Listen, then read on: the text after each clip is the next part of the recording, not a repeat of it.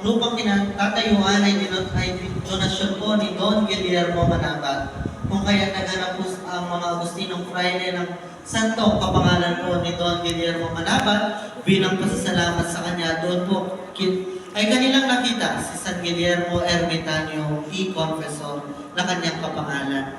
Si San Guillermo Ermitanio y Confessor po ay isang Agustinong Santo na namuhay ng kalugod-lugod sa ating Panginoon, namuhay ng simple, iniwan ang kanyang marangyang buhay. At gayon din po, dito po sa aming pinagpipista po namin ang kanyang kapistahan tuwing ika-10 po ng Pebrero. Dito rin po sa aming simbahan, ay namamahay ang patrona ng buong bayan ng Bacolod, ang Nuestra Señora del Santissimo Rosario Lanaval de Bacolod na nasa gitna. Siya po ang pangalawang lanaval dito po sa ating bansang Pilipinas dahil tatlo po ang ating lanaval, ang Lanaval de Manila, Lanaval de Bacolod at ang Lanaval de Angeles. At dito po ang Lanaval de Bacolod ay pinagpipista tuwing katatlong linggo po ng Nobyembre. At siya po ang huling nagpipista na Santo Rosario. At gayon din po ang ating simbahan ay gawa po sa adobe. No? Kung makikita nyo po sa bandang taas, makikita nyo po na gawa po ito sa yari ito sa adobe.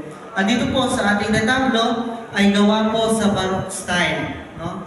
Iba't iba po ang design. Meron pong mas detail dito na kung saan doon po nakalagay ang imahe ni San Agustin.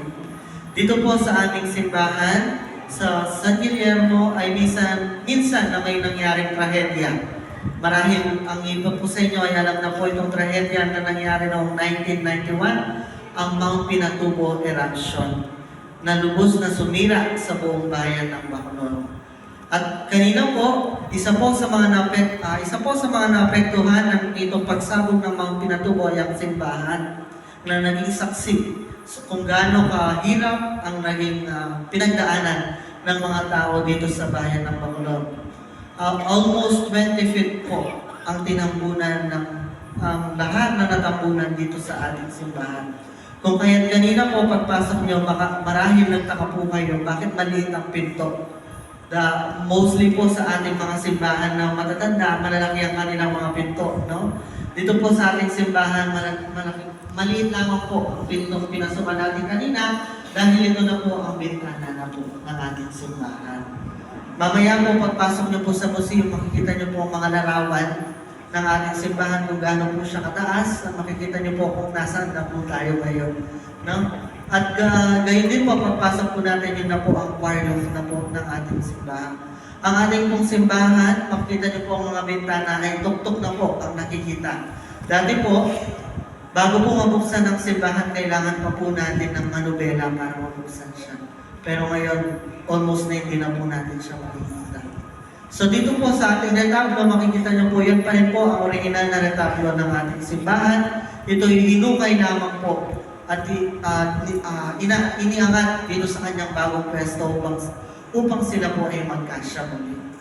So, ang simbahan po ng bayan ng Bacolod, ng parokya ng San Guillermo ay isang larawan na mga tao dito sa bayan ng Bacolod ay hindi nagpatinag sa kahit anumang sakuna dahil alam po nila na ang Diyos ay nasa sa kanila at laging kasama nila sa anumang pagsubok na dumadating.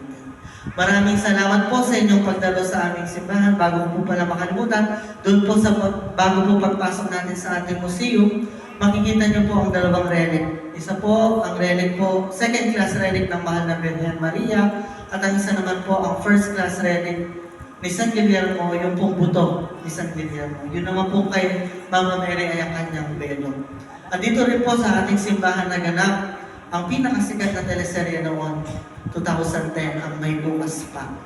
Na kung saan, dito po ginanap yung si Santino at si Bro. Mamaya po, pagpasok nyo sa museum doon sa isang kwarto, makikita nyo po, nandoon pa po si Bro. Naghihintay sa inyo para marinig ang inyong mga panalangin. Muli po, maraming salamat po sa inyong pagdalo. On behalf of our parish priest, Reverend Father Riel Enhoco, maraming salamat po. At ingat po kayo. Thank you.